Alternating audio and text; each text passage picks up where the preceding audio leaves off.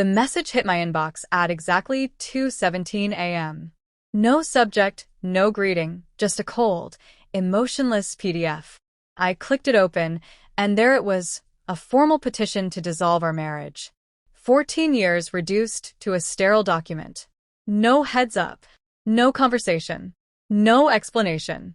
Just her name and mine, side by side on a dotted line like strangers closing a business deal. I sat frozen, staring at the screen until the text blurred. My thumb hovered over the call button, trembling. But I didn't press it. If silence was what she craved, then I'd drown her in it. 3 years ago, I would have taken a bullet for her. Instead, I took 2 jobs. We built our design firm from the ground up. She was the face, the client whisperer. I was the engine, the one who wrote the code. Together, we were unstoppable, a seamless duo people envied. She used to sit barefoot on the edge of my desk, sipping red wine, reading her latest pitch like it was spoken word art.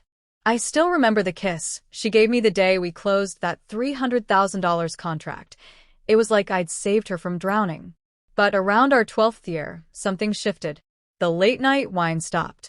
Her smile dimmed. Her phone was suddenly always locked. Work events replaced our quiet nights. I told myself it was pressure. I was a fool. The betrayal didn't explode. It crept in, quiet as a whisper. One night, she left her iPad open. A message banner slid across the screen. "Miss you already. You were incredible tonight." It wasn't just the words that shattered me. It was who sent them. Brandon Keller, our lead investor. Married. Polished. Ruthless in a suit. A man who could charm a boardroom and a bedroom in the same hour. I didn't confront her. I just sat there, fists clenched until my knuckles cracked. That night, something in me broke, but not in the way she probably imagined. I stopped loving her and started studying her. I played the role of the clueless husband, signed the divorce without protest, told her she could have the house, let her believe I was broken, humiliated. She moved on fast. 1 week later, Instagram was plastered with their wedding photos, beach ceremony, white dress, 4 smiles. Her caption, "Finally with the man I was meant to be with. My forever." Brandon stood beside her, beaming like a man who hadn't just wrecked 2 lives to get there. I laughed, not out of pain, but out of precision. What neither of them knew was that I never stopped watching. I still had access to everything: emails, financials, cloud drives, permissions she never thought to revoke. She used my software to launch her new firm, signed clients using my contracts, built her client base off my code and designs, while Brandon bankrolled it all. For 6 months, I kept my head down and collected evidence. Every invoice, every NDA she breached, every stolen design repackaged under her name. Screenshots, timestamps, IP logs. It was all mine. Then I made my move. Not against her, against Brandon. I filed a lawsuit for corporate theft, misappropriation of intellectual property, and breach of fiduciary duty. You see, she forgot I still owned 51% of the LLC she'd walked away from. And Brandon? He never read the operating agreement. He was too busy playing husband of the year. The courtroom was cold, clinical. She walked in dressed in white again, as if repeating the color could wash away the truth. Brandon sat beside her, rigid and sweating bullets.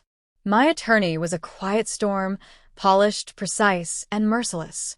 Count after count, 147 violations. Stolen client data, proprietary blueprints, confidential code. I didn't look at her once. My eyes never left Brandon. He jolted when we played the audio. Him, coaching her on how to launder funds through dummy corporations. He tried to speak. The judge shut him down.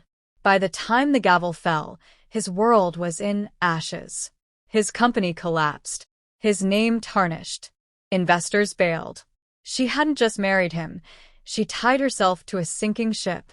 When he went under, she screamed all the way down. I left the courthouse with full ownership of our studio, a hefty 7-figure payout, and something far more valuable: silence. The media ate it up. Power couple implodes in IP scandal. Keller's empire built on stolen code. Digital divorce drama unfolds. A week later, I bumped into her in the cereal aisle at Whole Foods. Buy the organic oats. She looked up, her voice barely audible. Shaky. Hollow. You destroyed him. I met her eyes and answered, calm and sharp. You did that all on your own. Then I walked away. Funny thing, 1 month later, I saw Brandon's face on a dating app ad. Disheveled. Jobless. Divorced again. Her forever had become a punchline. As for me, I rebuilt in silence. Stronger. Smarter. Alone. People ask if I miss her. I don't. I miss the version of myself that believed love was a shelter. That version of me is gone. Now, I believe in leverage. I believe in timing. I know that silence screams louder than any rage. And when someone stabs you in the back, you don't retaliate with fury or tears. You retaliate with evidence. That's what finishes them in the end.